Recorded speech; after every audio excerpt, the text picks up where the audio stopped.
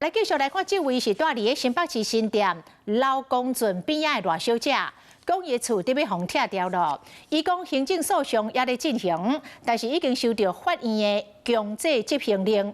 另外，伊申请民事保全，嘛互市府认定无符合。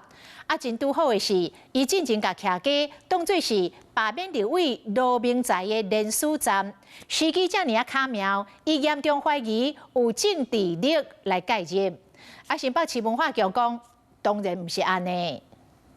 今天拆你家，明天拆国家，明天拆国家。提出办同齐花口号，徛伫咧这中央的是自细汉伫咧刘公圳边仔生活大汉的赖小姐，如今煞面对失去家园的处境。我们就跟水利会有达成一个共识，就是让我们在面安家立命。都市计划实施以前就存在的合法房屋。家族个三代伫咧共一个所在安混徛起，佮个是刘公圳源头目前唯一的一户人家，多项土地所有权证据佮伫咧行政诉讼，处所局法院通知讲。会伫咧6月26透早6点半强制拆掉。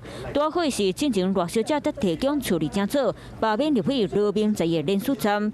赖小姐更加怀疑是政治介入。赖小姐嘛讲，去年11月申请民事警官保全嘛去拒绝，今年6月23搁一摆申请，市府煞排定7月初9会勘，不过时到厝可能早就已经互拆掉。因为我们现在在行政法院还在诉讼啊，那我们觉得说他在急什么？